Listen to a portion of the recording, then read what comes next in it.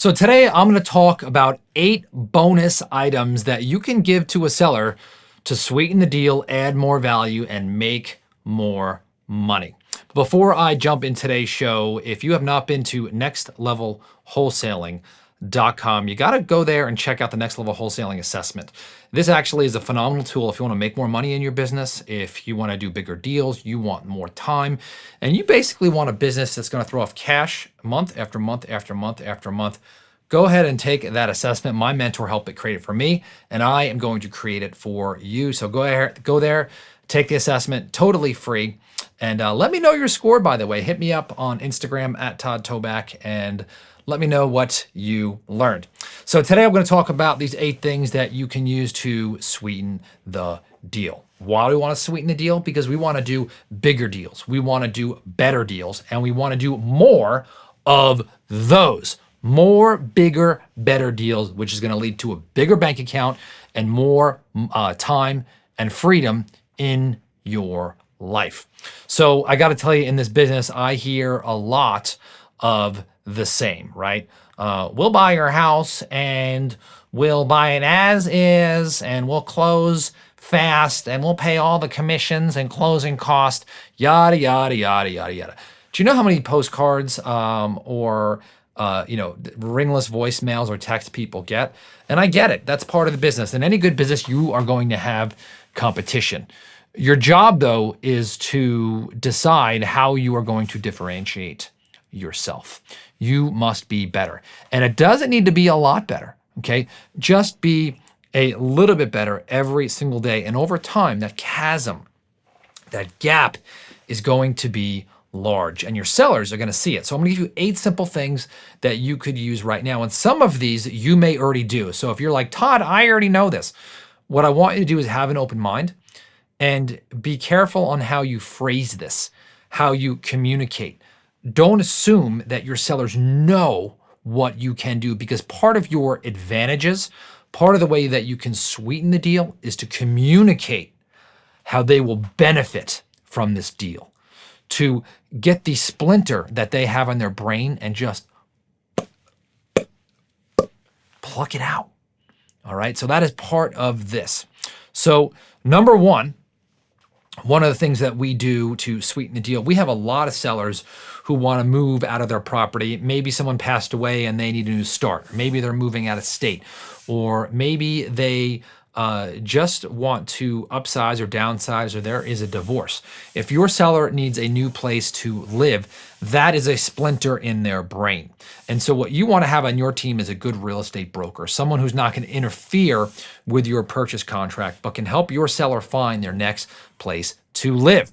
And so we have a phenomenal broker who helps sellers who want to buy another house or rent another house, help them find another property while in the process of doing business with us. It just makes it a lot easier. And a lot of times, again, people are stuck and they're like, oh, well, if I work with Todd, I get to work with Rick, and Rick is going to help me find my next house. It's going to be so easy and seamless. And this is just a one-stop shop. And so even though they could find another broker themselves to find them a house, that's the fact that it comes along with the package. It's just something that just makes it one step easier. So if your seller is looking for a new place, have a good broker that you could have on your team. Number 2 is leaving everything behind. And now I know sometimes people think, oh, well, I told the seller as is. Well, a lot of times sellers don't know what that means. And a lot of times we deal in what we call hoarder houses. People have a lot of stuff, and in their mind, they feel like they're going to take everything with them and that they don't want to screw you by leaving everything behind. And so if you could communicate with a seller, a great question would be like, hey, let me ask you, is there anything overwhelming about this deal or moving or your stuff that's preventing us from moving forward today? And they may communicate, well, I don't know what I'm going to do with my stuff. So I would say, okay, well, let me ask you a question. In an ideal world, if you didn't have to worry about me, right? If you didn't have to worry about me and you wanted to move on to that next phase and be free, right? What exactly would you take and what would you leave behind if you didn't have to worry about me? Well, I'd like to take this bed over here, that was my mom, and that dress over there was my grandfather's, and that little end table there, that was from a gift from my daughter here. And so I want to take those 3 things. Okay, and if you could just wave a magic wand and just leave everything else behind. Would that be a benefit to you? Well, yeah. Okay. So if I say that I could do that, right, and you could take those 3 things and you could leave everything else behind, you don't need to worry about me, I'll take care of it, right? What would be the next step? And all of a sudden their eyes light up. You need to communicate like that. You can't over communicate. So don't assume they know what you're talking about. You also have to get them past, and don't underestimate this, their guilt and shame of what the house will look like when they leave. Okay, so you need to reassure them that it's totally private, you'll handle it, and it's gonna be super easy for them. Number 3, rent back. Now, a lot of people don't know that they can get the money of their house and they could rent the house back from you or the next buyer, or that they can, stay there for 6 months, right? So if you do that, tell them that. Say, listen, what if you can get your money and stay here? Just make sure that you get a very, very, very good deal with a lot of margin so that you can either buy that deal yourself or pass it to a buyer who's going to pay you for that deal. This one is related. Number 4 is free rent. So sometimes sellers, they do not want to pay you rent. They can't get over the fact that they have to pay rent on a house that they sold to you for below market value, right? So give them free rent. So I've given sellers sometimes 6 months free to stay in the property, but I've negotiated the deal to build that in, right? So if if they wanted to be there for 6 months, I gave them 6 months free rent, but I took what I would have made on that rent and more, okay, and I took that off the purchase price. So don't assume the rent back is the same thing as free rent. People have different lenses in which they look at life. If someone is knowing that they're going to sell to you below market value, they know they're going to give up some of their equity, right? They may just have a thing that's saying, well, if I get free rent, that's a huge, huge, huge plus, right? That's a good trade. So have that in your pocket. Number 5, rapport.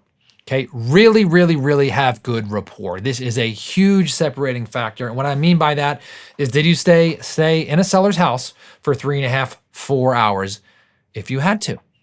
And the answer to that should be yes, because you should be shooting for $50,000 deals. If you're making $5, $7, $10, $15,000 deals, it's going to be tough. If you're making 50 G's, making 100K, spend the whole day there. Get a sleeping blanket, sleep over.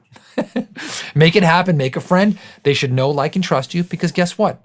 You are trustworthy. You are a good person. I hope you are, if you're listening to this. This one's good.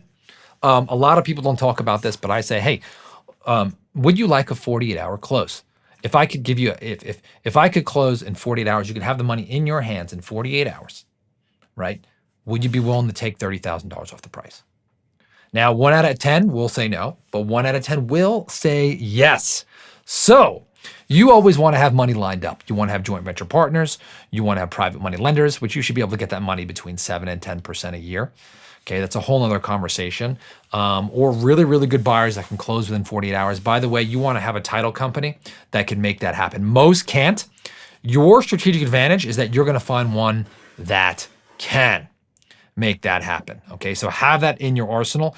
Don't say, can you do this? Say, how could you do this, to your title companies, your closing companies, the lawyers who work in your life. 7, sometimes a property will not sell because it's got a really, really bad tenant. And so what I love to do, this is like a ninja next level stuff, okay?